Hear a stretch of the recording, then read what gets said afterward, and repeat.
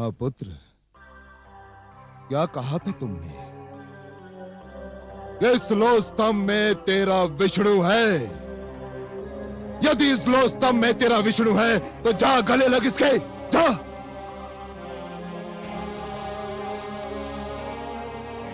आगे बढ़ दुष्ट, अपने विष्णु का आलिंगन कर, जा। जो आज्ञा पिताश्री, आपका आशीर्वाद चाहिए। ओम नमो भगवते वासुदेवाय।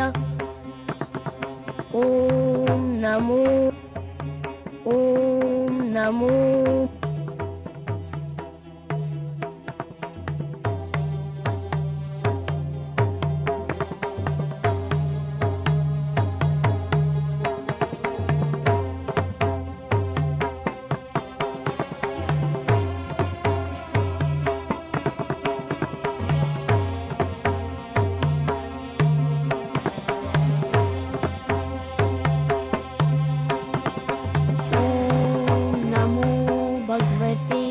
वासुदेवाय।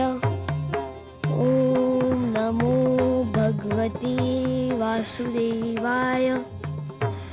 ओम नमो भगवते वासुदेवाय।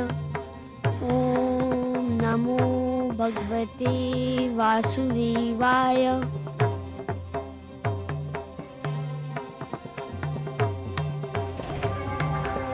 मैं अपने विष्णु के गले लग गया पिताश्री। धूर्त कपटी, अवश्य तेरे पास मायावी शक्तियां हैं जिसकी सहायता से तूने इस लो स्तंभ को ठंडा कर दिया।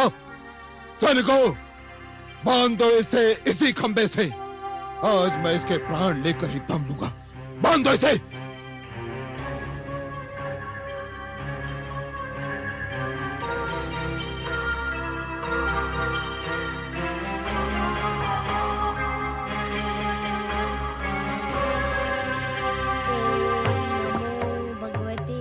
वासुदेवाय। ओम नमो भगवते वासुदेवाय। ओम नमो भगवते वासुदेवाय। ओम नमो भगवते वासुदेवाय।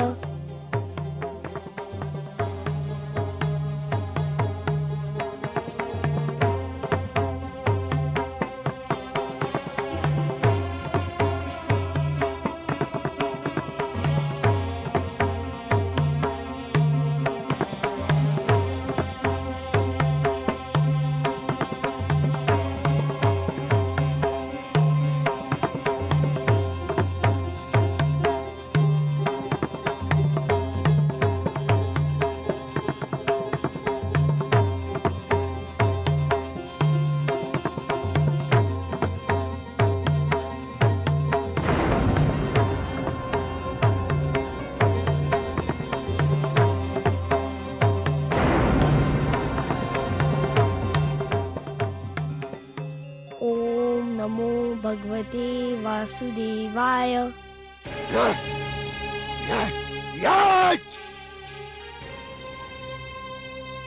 अब तुझे कोई नहीं बचा सकता, तेरा विष्णु भी नहीं। हाँ,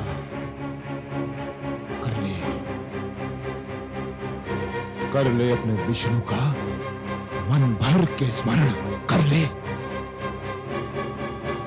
यदि तेरे कथनानुसार इस स्तंभ में विष्णु है तो देख कि वो बाहर निकलकर तुझे दर्शन दे और तेरे वध का दृश्य भी देखे।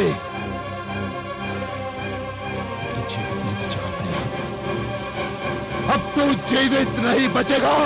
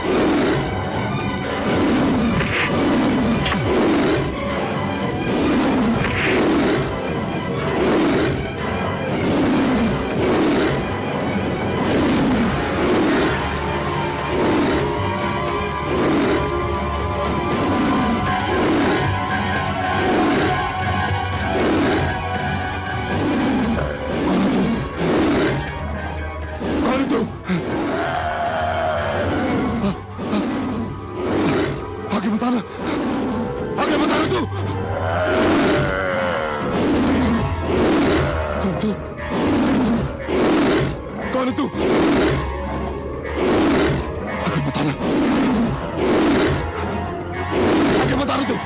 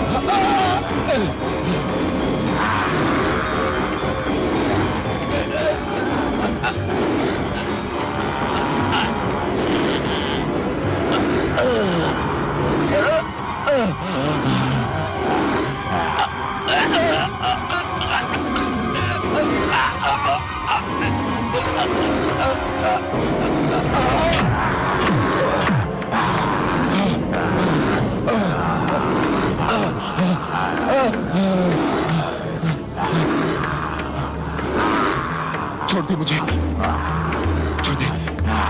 कौन है तू? मैं तेरी मृत्यु हूं धूर्त, तेरा काल।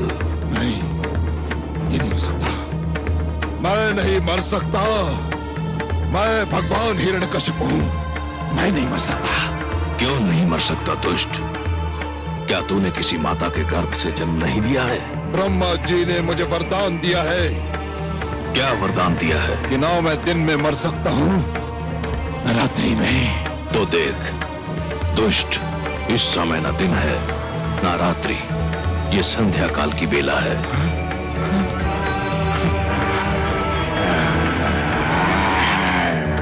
ना मैं घर के भीतर मर सकता हूं, ना घर के बाहर।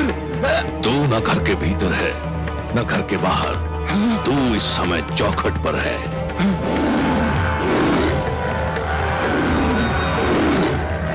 ब्रह्मा जी ने कहा था कि ना मैं धरती पर मर सकता हूं, आकाश में।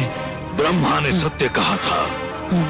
देख तू इस समय ना धरती पर है ना आकाश में, तू धरती और आकाश के मध्य मेरी गोद में है। और क्या कहा था भाग्य विधाता ने? उन्होंने कहा था कि ना मुझे पशु मार सकता है ना मानव। मुझे ना कोई पशु मानेगा ना मानव। मैं आधा नर और आधा सिंह, मेरा नाम नरसिंह है। और क्या कहा था? उन्होंने कहा था कि मेरी मृत्यु ना शस्त्र संभव है, ना अस्त्र से। मेरे हाथों में ना कोई अस्त्र है ना शस्त्र। मैं अपने नखों से तेरा उदर चीर कर तेरा वध करने जा रहा हूं। अरे बचाओ, अरे बचाओ, कोई। तेरा अंत निकट आ चुका है मूर्ख। तू बच जाता तो एक ऐसी परंपरा का जन्म होता जो समस्त सृष्टि के लिए अनर्थकारी सिद्ध होती। पिता जन्मदाता है, यदि वही अपने पुत्र का वध करने लग जाए तो सृष्टि का क्या होगा? बचाओ।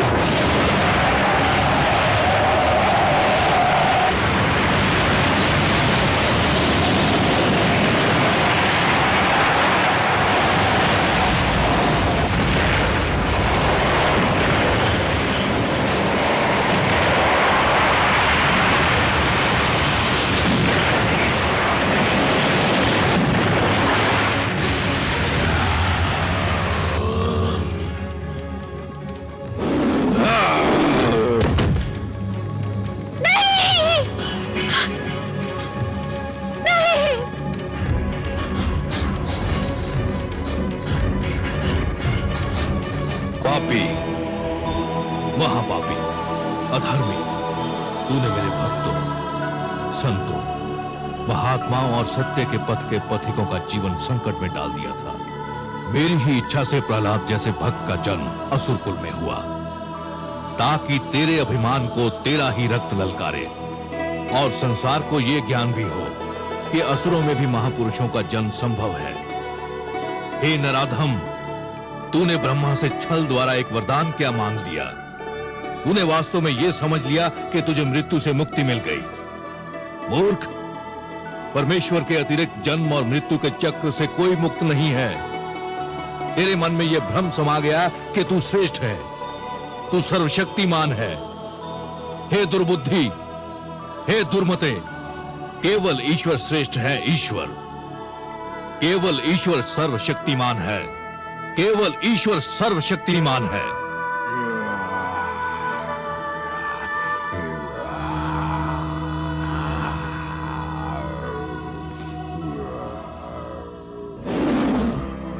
शांत हो जाइए हे विश्वेश्वर, शांत हो जाइए। नहीं, आज संसार को यह ज्ञात हो जाना चाहिए कि परमेश्वर की शक्ति को ललकारने वालों का क्या परिणाम होता है।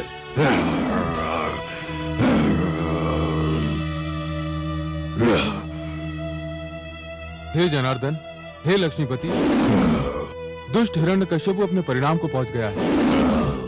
अब अपना क्रोध रोक लीजिए।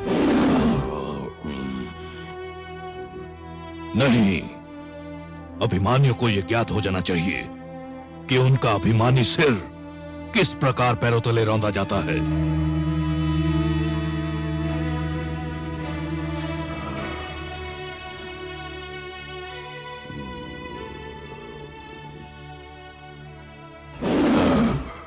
हे वासुदेव, आपने न्याय कर दिया है। हिरण्यकशिपु के शरीर के साथ उसका अभिमान भी ठंडा पड़ चुका है। अब अपने प्रकोप को समेट लीजिए, नहीं तो समस्त सृष्टि उसकी चपेट में आ जाएगी। इस पापी ने स्वयं को ईश्वर कहा था, स्वयं को सर्वशक्तिमान कहा था, मेरे भक्तों को कष्ट दिया था। देख ले, आज समस्त संसार देख ले कि स्वयं को ईश्वर कहने वाले, स्वयं को सर्वशक्तिमान मानने वाले किस प्रकार धूल में मिला दिए जाते हैं।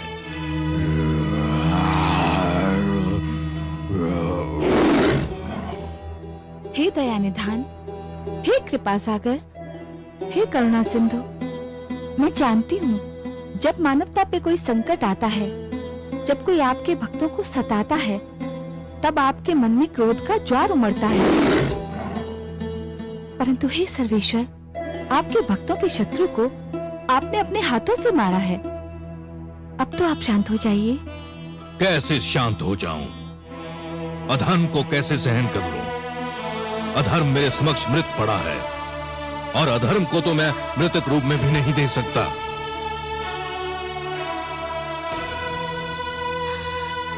पुत्र,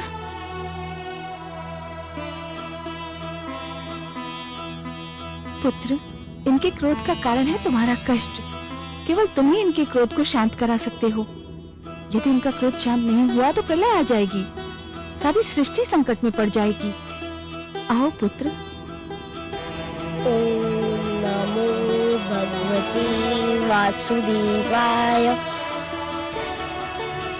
हे मेरे वासुदेव, मेरे विष्णु, मेरे मन में जन्मी से आपकी जो छवि बसी है वह बड़ी सुंदर, बड़ी कोमल, बड़ी मनमोहक है। मैंने हर पल उसी छवि को पूजा है। हे जगदीश्वर, मुझे आपके इस विकराल रूप से डर लग रहा है।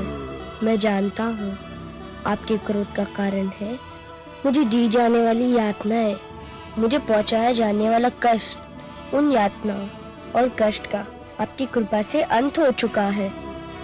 हे वासुदेव, विश्वास कीजिए, मैंने आपसे अपने भाई आह्लाद और गुरुजन शंडर अमर के जीवन की भिक्षा अवश्य मांगी थी, परंतु पिताश्री के जीवन की भिक्षा कदापि नहीं मांगूंगा। वे आपके बैरी थे, आपने न्याय कर दिया। अब आप शांत हो जाइए और मुझे अपना वह मधुर रूप दिखा दीजिए जो मेरे मन में बसा हुआ है। हे वासुदेव, मेरी विनती सुन लीजिए, मेरी प्रार्थना स्वीकार कर लीजिए।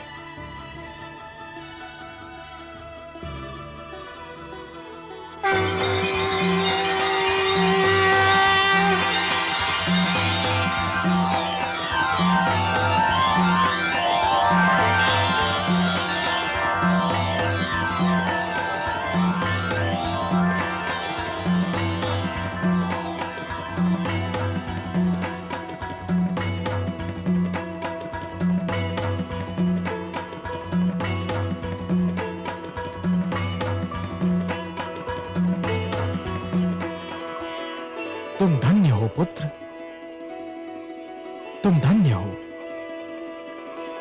तुमने असुरों के बीच भक्ति की सुगंध फैलाई। तुमने दानवता के अंधकार में सत्य का दीप जलाया। तुमने असभ्यता की इस कीचड़ में सभ्यता का कमल खिलाया। तुमने इतनी छोटी आयु में मेरी राह में इतने सारे कष्ट सहे, परंतु अपने धैर्य का साथ नहीं छोड़ा। तुमने सबको यह दिखा दिया कि एक गुरु कैसा हो, शिष्य कैसा हो, शिक्षा कैसी हो। मैं तुमसे अत्यंत प्रसन्न हूं पुत्र प्रहलाद, अत्यंत प्रसन्न हूं। तुम मेरे परम भक्तों में गिने जाओगे। जब तक ये समस्त संसार रहेगा, कोई भी तुम्हारा नाम कदापि नहीं भूल पाएगा।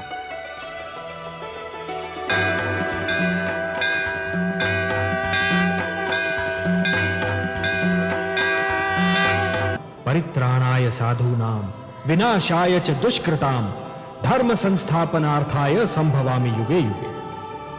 जब जब धर्म पर संकट आएगा महादेवी, और ये दुष्ट जन महात्माओं को कष्ट पहुंचाएंगे, तब तब धर्म की रक्षा करने में आऊंगा, धरती और मानवता की रक्षा करने में आऊंगा और हर युग में आता रहूंगा। होना ही था एक दिन अभिमानी का नाश, अंधियारा हारा सदा, जीता सदा प्रकाश। अहंकार जब कर गया अपनी सीमा पार, भक्तों के हित में किया दुष्टों का संहार, दुष्टों का संहार।